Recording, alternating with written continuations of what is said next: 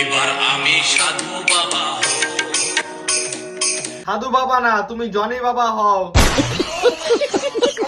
কারণ দুটা বউকে একসাথে দিলে এতদিন ধরে, এখন আবার পিছনে চার চারটা মাল নিয়ে বসে আছে। আরে বলছি ভাই, ভিউজ কি করে আনতে হলে ওরা এদের কাছে শিখো।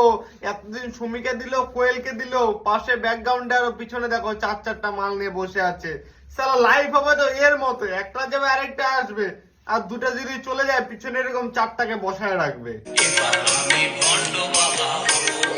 আরে শালা পাগলা চোদার বাল, আগে ভালো করে লিপসিংটা কর, তারপরে না হয় গানটা করো। পিছনে ব্যাকগ্রাউন্ডে দেখো তো কি সুন্দর সুন্দর সখী নিয়ে বসে আছে। শালা কৃষ্ণও মনে হয় এতগুলা সখী ছিল না যতগুলা এই দীপঙ্করের আছে। দেখো ভাই, এতদিন সুমি বৌদির দরকার ছিল ভিউজ আর টাকার, এতক্ষণে সুমি বৌদির মিলিয়ন মিলিয়ন ভিউজ আর মিলিয়ন মিলিয়ন টাকা হয়ে গেছে, আর 2.2 মিলিয়ন ফলোয়ারও হয়ে গেছে।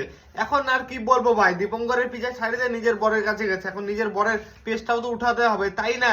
এসব স্কিম, এসব আর কোনো কিছু না, বুঝতে পারছো? কেউ কারোর সাথে রাত্রেবেলা থাকুক বা না থাকুক, কিন্তু দীপঙ্কর সুমির সাথে ঠিকই ছিল। হ্যাঁ, দীপঙ্কর যে মাল, শালা ঘাঘু, শালা জারুদা, পিছনে দেখ না চারটা মাল নিয়ে আসে, কখন কোন মালকে ঘরে নিজে ঢুকায় থ্যাপ থ্যাপ দিয়ে দেবে, কেউ টের পাবে না। বাল ওর বউ নিজেই জানে না কখন কার সাথে ঘুরে। কি ভাই ঠিক বললাম তো? কমেন্টে জানাও। ফলো করে পাশে থাকো, নতুন ভিডিও আসছে।